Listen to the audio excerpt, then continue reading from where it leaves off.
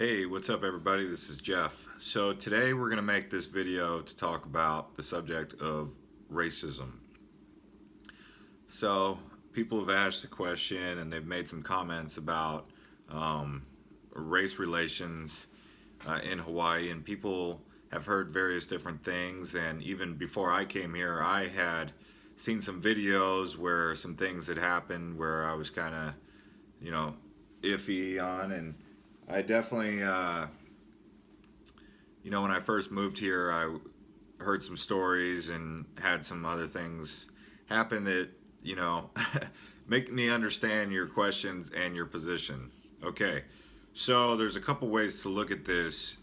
There's, looking at it from the perspective of being, the word that's used is a haole. Okay, we try not to use that word, but, you know, for educational purposes, we're going to just be real with our communications. Okay, we're not going to use ethnic slurs or racial slurs for any other point other than education for anyone who wants to know. So from an education perspective, a haole is a foreigner, but mostly a white foreigner.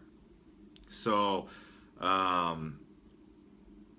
people who are not from here, they would say like a haole mentality. A haole mentality is hurry up to get somewhere, or being all about money, or just being shallow or materialistic, or not caring about the aina. Aina is land.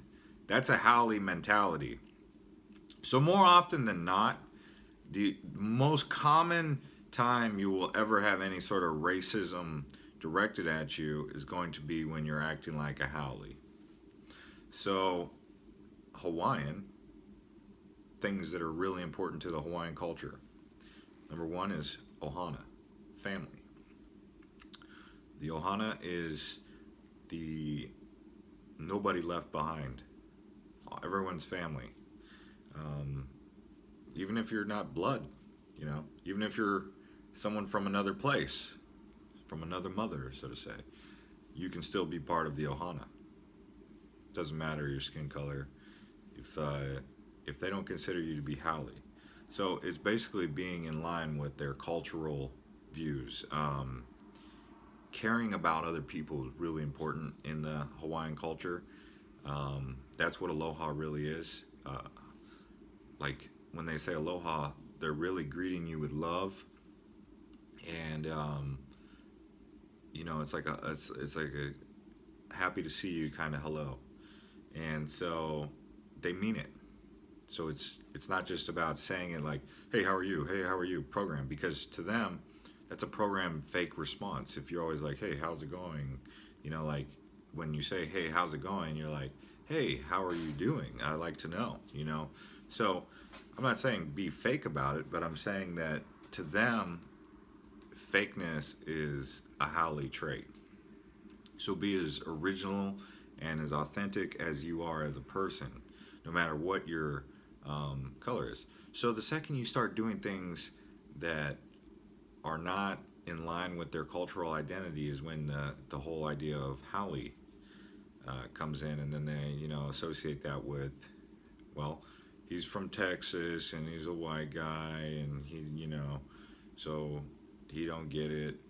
But if you're from Texas and you're a kind person who practices aloha or lives aloha and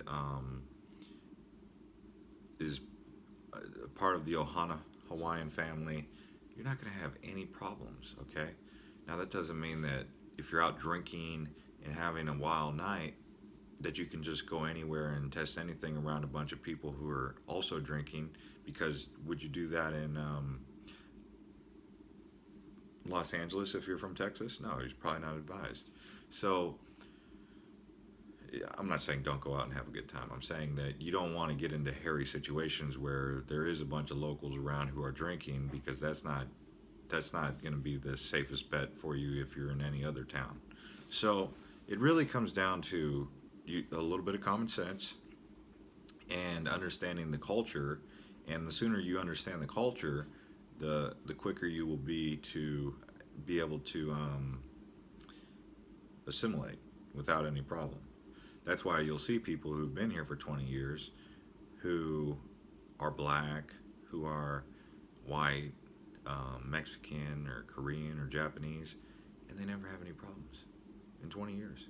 But then you'll have someone who's, a white guy from Kentucky, and he's already been in, 3 altercations, and he's only been here for 6 months. Well, why?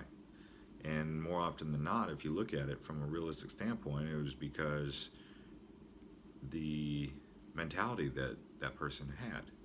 So if you're looking on Facebook and you see things that say like racism in Hawaii, or if you're looking on YouTube and you see it, more often than not, the first thing that I think is, well, what were you not grasping about aloha? Now, do anomaly situations happen where you could just be in the wrong place at the wrong time? Sure, that might happen. It's a lot of it is just being a cool person. What I mean by that is just be yourself. Really, it comes down to being yourself, truly. And it does not hurt to practice aloha whenever you get a chance. But if you're authentic and you're real, you're going to have... Oh, my camera's kind of moving around. You're going to be good to go if you're your real self. So, with that being said, that's pretty much all there is to the subject. Is just be cool. Don't do things that are irritating to people, and understand aloha. Like, really try to embody aloha as best you can, especially if you're around other people. And realize this: Hawaiian people are really, you're gonna really feel the warmth. It's serious. Like, they're really kind-hearted people. It's just who they are, and they're very kind.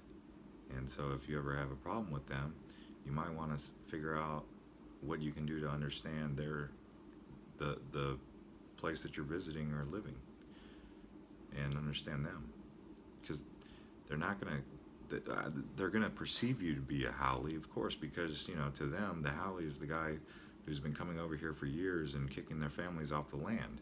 That's where the root of the anger comes from, is the fact that people from foreign lands have been taking or buying land through this process called money that is completely unique to this place, because they didn't use money then. They just traded commodities. It was like a trade. Or they would go out and gather the for the elite.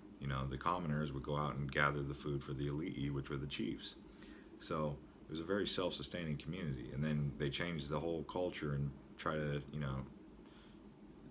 bring the Western world over here, and there's a transition period. So yes, it's like peeling off scab wounds. It hurts. It's like it's not easy for them to join this American society, which is really kind of Walmart-ish, McDonald's-ish, and it's kind of lost itself. So I mean, the fact that America has not got it figured out by any stretch of the imagination doesn't help the whole